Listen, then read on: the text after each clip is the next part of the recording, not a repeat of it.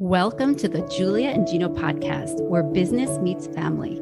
We explore what the entrepreneur life looks like from a family perspective. We are your hosts, Julia and Gino Barbaro. Hey everyone, this is Julia Barbaro, host of the Julia and Gino podcast. I am here with the co-founder of Jake and Gino, my husband and co-host, Gino Barbaro. Hi, Julia. Hey, baby. How you doing? Good.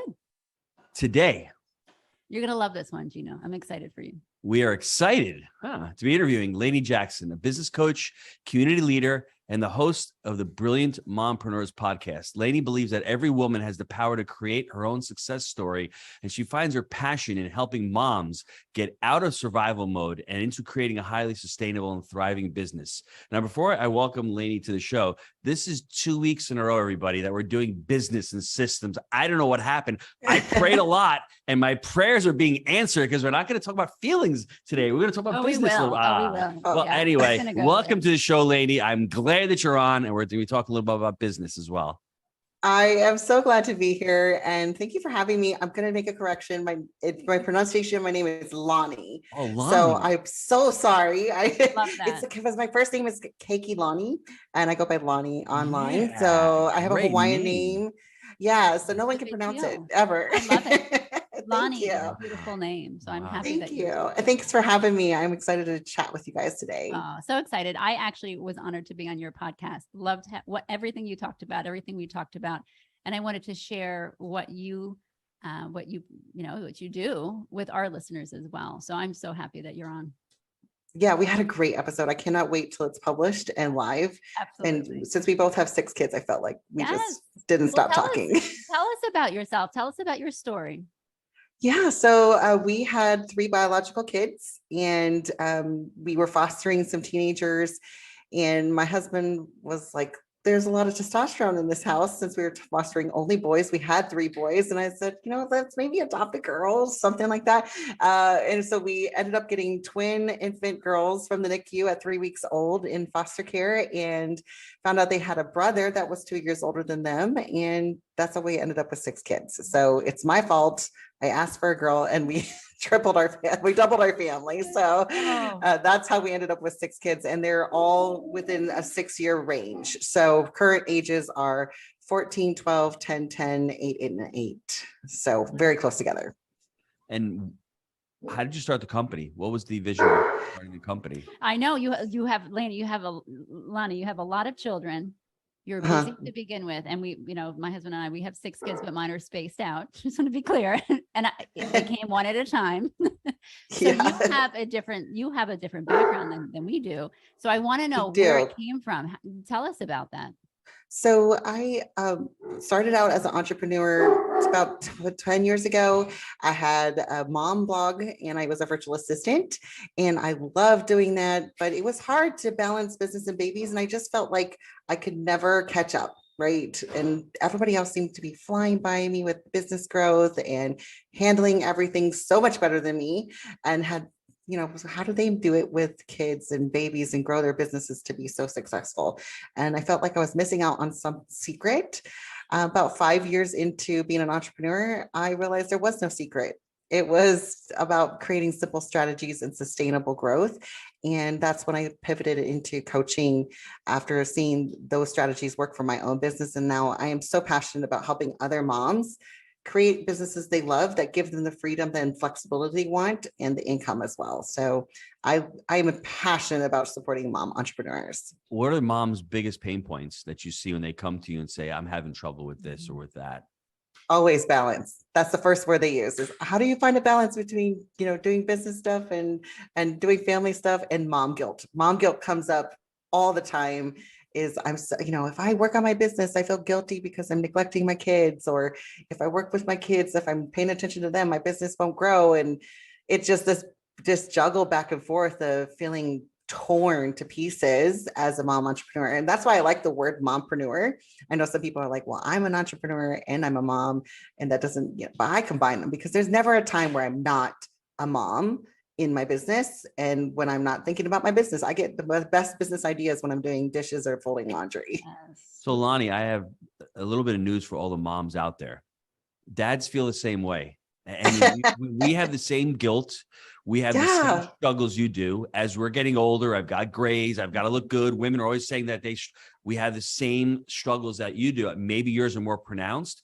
And maybe you all have an outlet to go look and speak to about it. But if I went to one of my friends and said, yeah, I'm having a little bit of balance between my kids and my work, my friend would probably smack me upside the head and say, what's wrong with you? Get back to work. So find a new friend. To have that outlet. No, I mean, think about it. Have you ever heard a guy talk about like, I have, but I have to tell you, it is more common. I mean, just like Lani, we do have a lot more podcasts. We have a lot more people to talk to, and it's very common amongst us. So it is openly talked about. What do you say about the mom guilt though? I mean, talk about the mom guilt and maybe the dad guilt. Well, how did you overcome it? That's what I want to know first. And then how do you? Right. So I had to overcome a lot of guilt because definitely with special needs kids, and, my youngest two have autism, and then we have another one that has some special needs. And it felt like I was neglecting them, or that I was being selfish because I wanted to build something for myself. We could have done without my income, but I knew it would be helpful. And so I had to come to a realization that guilt is something that is, built into we automatically get guilt, no matter if it's you're 2 years old or 200 years old, whatever, how you're going to have experienced guilt. You have to ask yourself, why do I feel this way? It's our natural check-in to say, is this right? Is what I'm doing right? What happens, I think, with moms, and what I was doing was I was sitting in that guilt and letting it pressure me and dictate these feelings that I was carrying around, and I wouldn't let them go. I never stopped to evaluate, well, why am I having these feelings? Is it true? Am I neglecting my kids? Am I being a bad mom? Or is this just a little check-in to say, hey, you're kind of off balance. Let's get rebalanced. And my question is going to be directed to Julia, since I have no guilt right now. What do you feel guilty about? Well, I agree with what Lani is saying, because and I always tell people this, and I always take my own advice and then I forget, but I'm going to remind myself again, or that I could literally be home with my kids 24 hours a day, every single day, and not be present.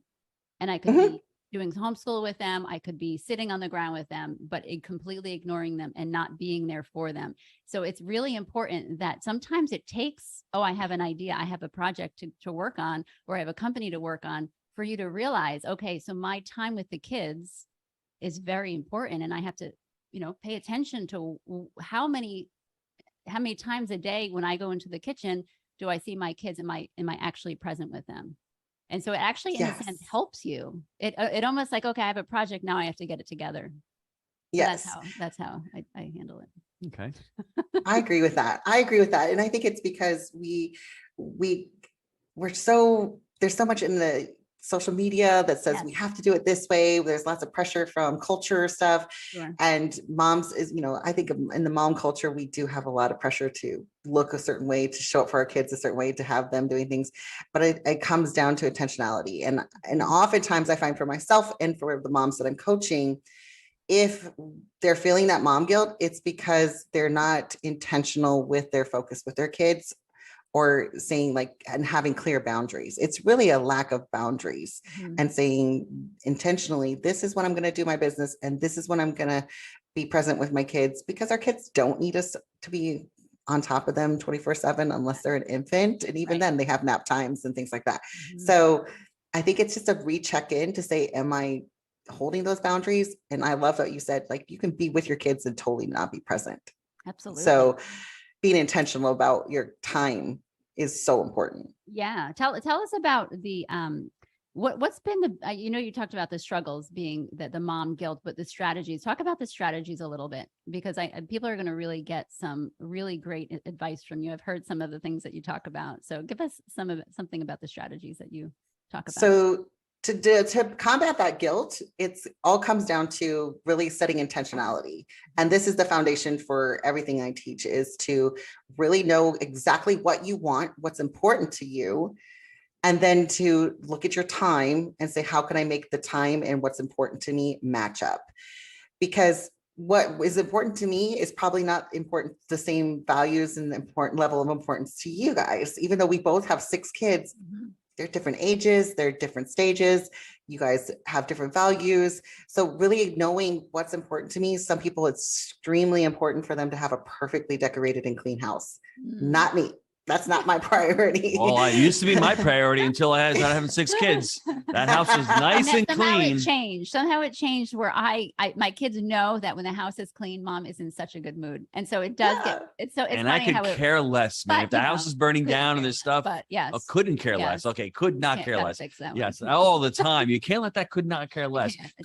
I could not care less, honestly. And that's an evolution of my growth because I was raised, everything has to be completely neat. Now, honestly, I want my children to wake up and make their beds because that starts the day and that sets them going. Yes. And if there's something that's out of place, don't freak out about it. But at the same time, I've learned to grow out of that. That's been a learning process for me. You're amazing at it. You walk over things. Sometimes Barbies are out and you literally walk over things. Pretty impressive. And Lani, you talk about that. And let me recap that for all the people who are listening to this, maybe business people. Intentionality, create a cadence of accountability. What's your cadence? Number 1. Number 2, what are your core values? If you have no core values or values yourself, you don't know what to do. Where's your North Star? And the third one is time blocking, actually taking out a piece of paper and creating time blocks throughout the day and throughout the week and focus on the big 3, whether it's yearly or the focus on the big one that you want to accomplish that priority for the day. That's how you would run your business life. And I think it's very similar to trying to run a family life. What are you trying to do for the day? And then I teach people to combine it. Like stop trying to take it separated. This for the moms, especially stay-at-home moms, work from home moms. You just build it into an integral system. And when I got really nitty-gritty about this, when I first started this system, I had everything down from like when I was going to clean the toilets to take out the trash to creating social media content, and I integrated it all into a flexible system. This is the other piece that I add into it, is knowing that if something derails me, like a kid gets sick or whatever comes up, because it will inevitably happen. The only thing predictable about mom life is it's unpredictable.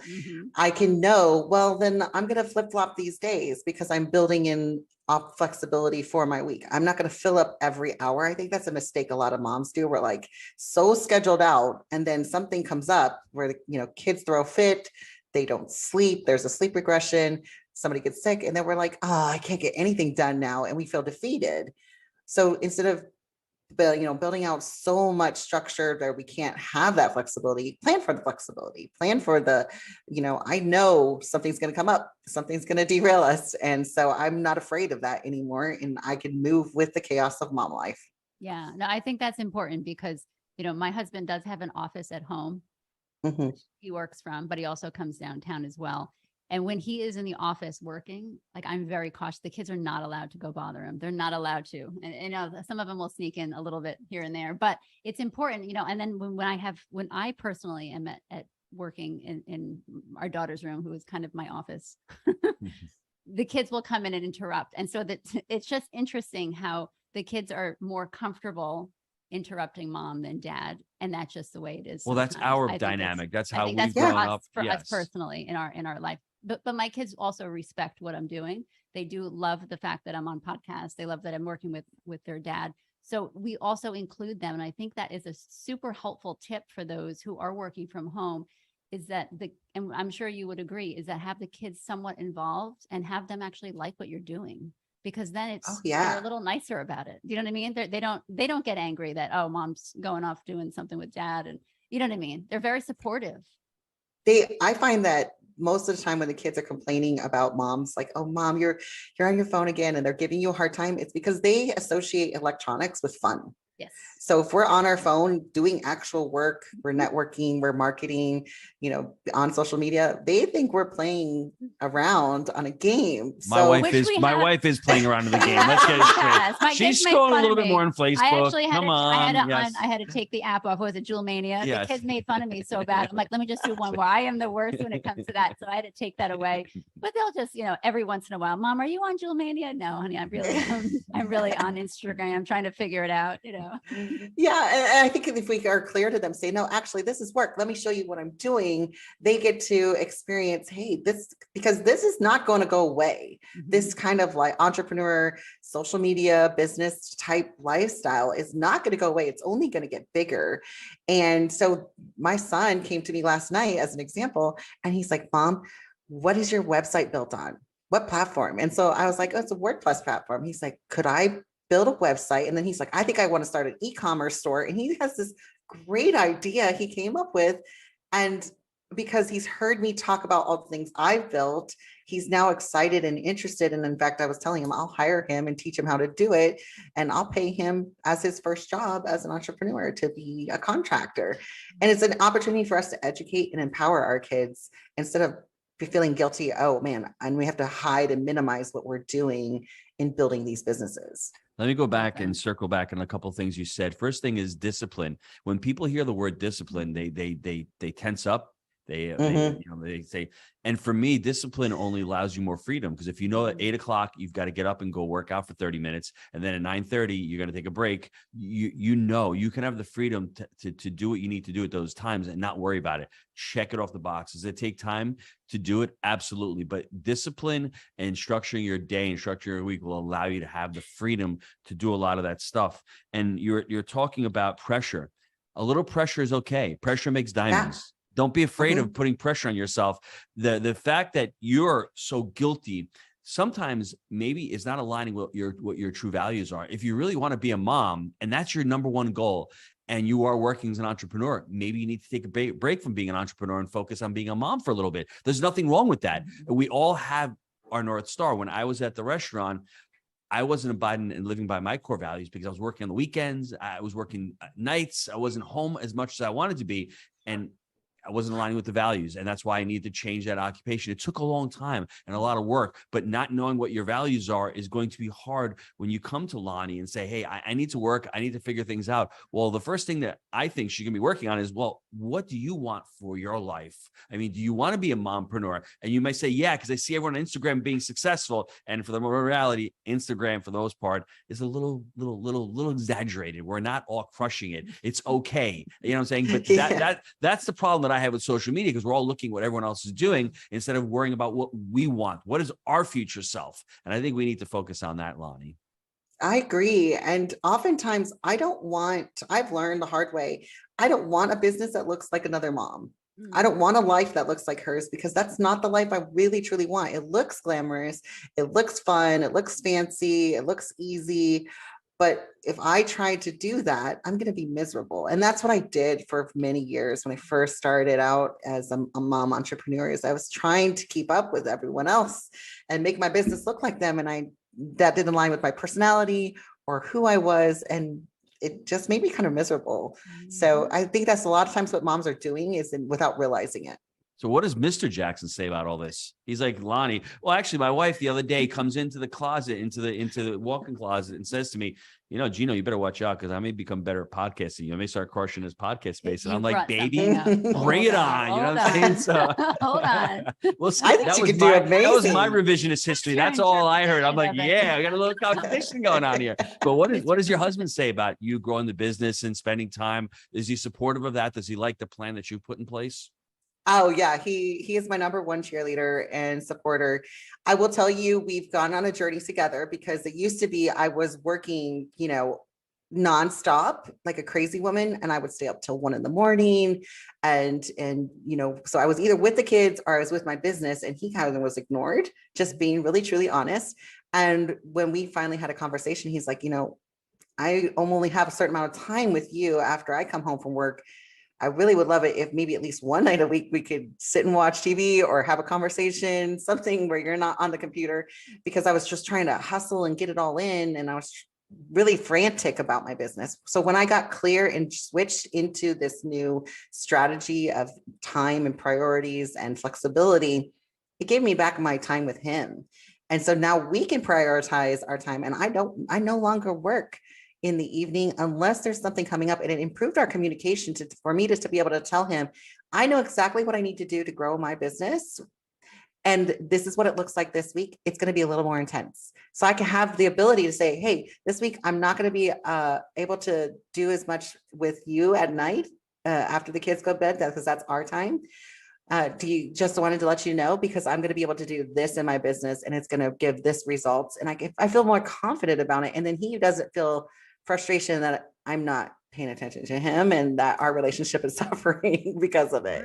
Lani, I love when my wife works. You know why? We get on podcasts. I know she's doing a podcast one day because she's all fixed up. Hair looks rocking. She's got the makeup going on. She looks amazing. Not that she doesn't when I'm doing podcasts, but that little extra, I'm like, all right, baby, you got to rock it today. We're doing a podcast today. What are we doing today? The kids always know because I'm dressed. I have jewelry on. Usually she got black pants on or a black shirt, but when she gets a podcast, she steps up the game. But you make such a good point, and I think that we sometimes focus on being a mom and being an entrepreneur, and we forget that we're also a wife. And yes, huge. And so how often do you come across that working with other people? Like, it's almost like they don't even realize. They don't even realize it's not even a thought in their head. Mm-hmm. I find there's there unfortunately is some women who are trying to build a business and they don't feel like their spouse is supporting them. But oftentimes when we dive deeper, it's because there's not communication to explain, like, hey, this is what I'm doing. This is the results I believe I can get. But also, here's the boundaries I'm going to put up so that we're still spending time together. And you don't feel, I think it's just a lot of times the same with the kids. They feel neglected. And so they're going to complain or make you feel bad about it or make you feel like you're ignoring them. But we just didn't tell them what we're doing. Or we're completely ignoring the time that they need. And they're, because our spouses need us. I think too, it's similar to what we talked about earlier about having the kids be involved and having them be excited for us. We also have to remind our husbands why we do certain things. And I don't know. I think I've included you a little bit. You have. Lani, this is a tough question for you. If you've got a wife who's rocking it, doing great, and a spouse who's sort of like, honey, you're not making dinner for me, or laundry's not getting done, and they're arguing. There's a conflict. I mean, how do you resolve that? Because sometimes just the spouses, the husbands they just have some sort of expectation. You get married, and then all of a sudden things change. And over the last 10 or 15 years, it's been so much easier to start a business. It's so much easier to do things that when we got married, it's you go to work, you come home, there's no telecommuting, there's no internet, there's no YouTube, there's none of this stuff. This has really blossomed over the last few years. And all of a sudden people are saying to themselves, I can go out. It's gotten so expensive to live wherever you are. Let's make a little bit more money at the same token. And then all of a sudden the husband or the spouse just feels that resentment and you get that conflict. How do you something? I'm just wondering. Not at all. Okay. No. I'm letting the dads out there hear themselves through me by trying to explain what's going on with them. And it does happen. I'm going to let Lani answer this, but I just want to tell you at times it does happen and you don't even realize it. And that's why the communication is super important. Yeah, and we had to have that conversation, my husband and I, because, especially when you have a large volume of children like we do, there's always something to be done in the house. So again, coming back to what's really important to us, important to our family is to have really good homemade meals. Yes. If we don't have good food, we're all grumpy. I'm a foodie, he's a foodie. We have to have good food. So we were like, okay, well, making dinner and having good dinners is more important than having the perfectly clean house. And so we're going to split it up differently. Or maybe I can come to him and say, hey, babe, if I'm able to make this income by working this many hours, I can pay for a house cleaner. Can we do that? Or can we get the kids more involved and split up the chores? Or maybe on the weekend, it's all about coming back to your priorities, because sometimes this is what happens with my clients is we're on different pages, our spouse and I. It's really important for them to have something done, and we've stopped doing it because it doesn't matter to us. And so then that bitterness comes up and that frustration and resentment comes up. So that's where the communication has to come back to the center. Say, okay, are we both okay with this? Because I don't care if you don't care. Sure. So this is for Lani's husband, if he's listening. When your wife comes to you and says, hey, babe, that means she really wants to spend some money or she needs something. Because my wife's thing is, hey, Gino, I was thinking, when I hear those words, I was thinking that's in communication, meaning I've got this great idea. I'm going to create more work for you, or we need to buy something. It's so true. It is so true. So I like the hey, babe. Jake's, my partner's wife says the same thing. And I'll be sitting with him in Knoxville, Tennessee, in his office. And she walks in and she says, hey babe. And I hear that, I just chuckle to myself. I'm like, I can hear my Well, we wife do saying, I have was great thinking, ideas. I'm You not have saying to you We don't. do. Yes, We we have great do. ideas, and we just sometimes rely on you gentlemen to take care of it. I'm not saying you don't. I just that word just popped in my mind. I'm like, wow. I see It dollar is the bills same. flying by the screen as you say that, Yeah. as you say that Well, term. I do think though the communication is so important, and a lot of times we, like you said earlier, you said what is not important to us is important to our husband, and sometimes we don't even know it. Sometimes we Yep. don't know it. And so that's where I, even to say, hey, Gino, if you think I'm going overboard with it, just please let me know. And I'm not going to be Yes. irritated when you say it, because our reaction is super important to talk about. But one of the things, even with the cooking, because I'm with you, my husband's Italian, super Italian house, Irish Italian. She's So blaming me, we everybody. really Oh. do. Same, we're foodies. We have 3 full meals a day. I mean, plus other things. Everyone's making cappuccinos throughout the day. It's just, it's a super happy home. Our coffee comes bill to is food. probably more in a week than what the average family drinks in a year. It's ridiculous. We got like, It is, It but sounds what perfect. That's what we that's have value to me, done- but my husband doesn't like coffee. he So doesn't I would like be on board with coffee. coffee. I met someone yesterday that doesn't like coffee. Oh. So strange. Uh-huh. But what we did is we taught our children to cook. And so now I have our Mhm. 14 and our 16-year-old literally will make a full meal. And I sometimes I think, should I be in there helping them? No, because that's a trade. They've learned something. I mean, they could use it forever, obviously. So let them do it. I had Mhm. someone say to me years ago, a little 8-year-old our 8-year-old can make scrambled eggs. She can make an omelet. She'll be okay. I help her turn Yeah. on the stove. That's about it. But other than that, they're fine. They could do it. We have to kind of let go of certain things, because sometimes we hold on to things as moms. We don't want to let go of it. And sometimes it's little by little. I'm okay with it. So that's Yeah, another little advice out there. Let your kids cook. Teach them how to cook.